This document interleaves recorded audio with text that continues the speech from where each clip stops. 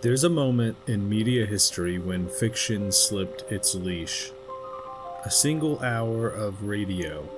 It was calm, authoritative, and eerily convincing. This made thousands of listeners question whether the world was ending just beyond their front door. This is the story of a broadcast that blurred the lines between storytelling and reality, and why it still echoes through our digital world today. Assembling the symbolic parts of the design. Diodes, resistors, transformers, and all are automatically positioned by the pen, connecting them as it goes along. On October 30th, 1938, Americans tuned into their radio expecting music, news, and the familiar comfort of evening programming.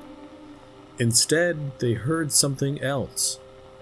A series of breaking news bulletins describing strange explosions on Mars, then objects falling to Earth, and then an unfolding invasion.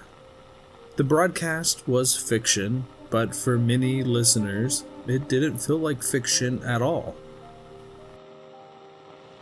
Ladies and gentlemen, following on the news given in our bulletin a moment ago, the Government Meteorological Bureau has requested the large observatories of the country to keep an astronomical watch on any further disturbances occurring on the planet Mars.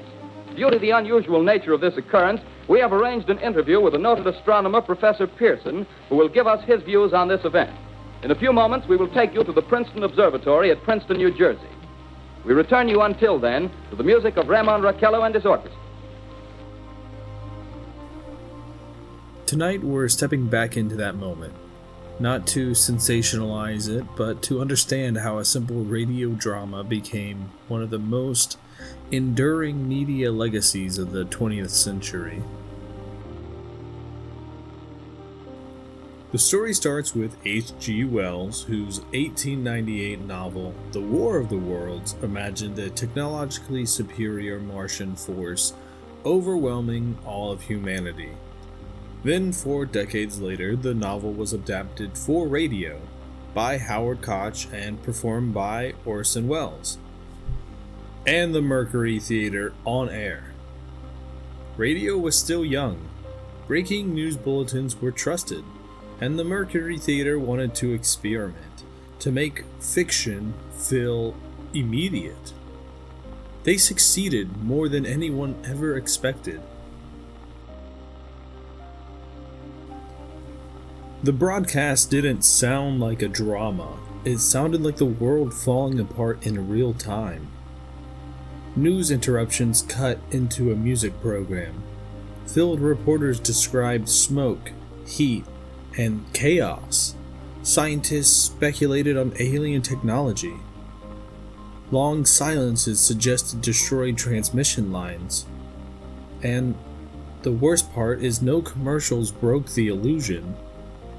Overall, it was immersive, intimate, and eerily plausible, especially for listeners who tuned in late and missed the opening disclaimer.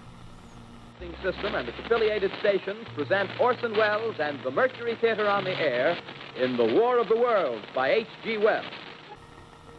America in 1938 was anxious. The Great Depression had shaken trust.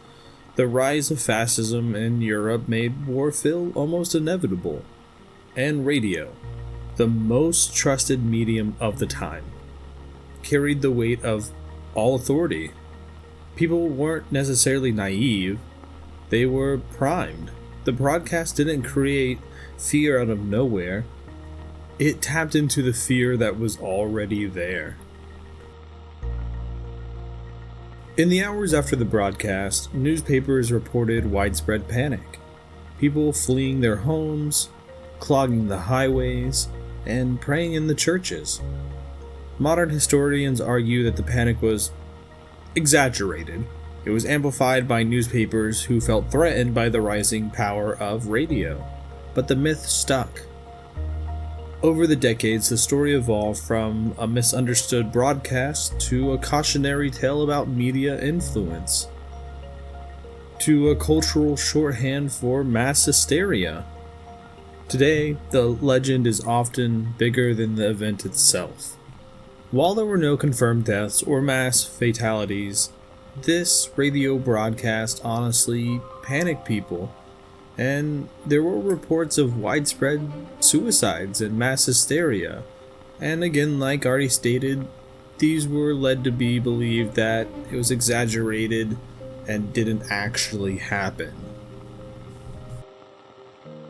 The broadcast became a symbol, a reference point for media literacy, misinformation, mass persuasion, hoaxes, and viral panic. The fragility of public trust. It's taught in journalism classes, dramatized in films, and cited whenever a false story spreads too quickly online.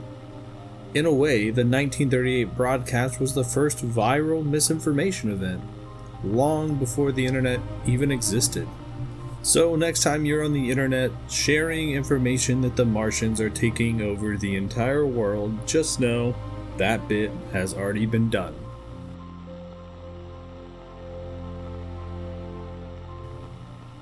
The War of the World broadcast isn't just a historical oddity, it's a reminder that technology changes, but human psychology doesn't. We are still vulnerable to stories that feel urgent, authoritative, and real, especially when they arrive through the mediums we trust the most. In a world of trending topics, deepfakes, and overall amplification, the 1938 broadcast feels less like a relic and more like a warning. A story on how easily reality can bend, and how important it is to question the stories that claim to be true. If this story resonated with you, consider leaving a like or even subscribing. It's a small gesture, but it genuinely supports the channel and keeps these quiet, thoughtful explorations going. Thank you for being here. I'll see you guys in the next deep dive.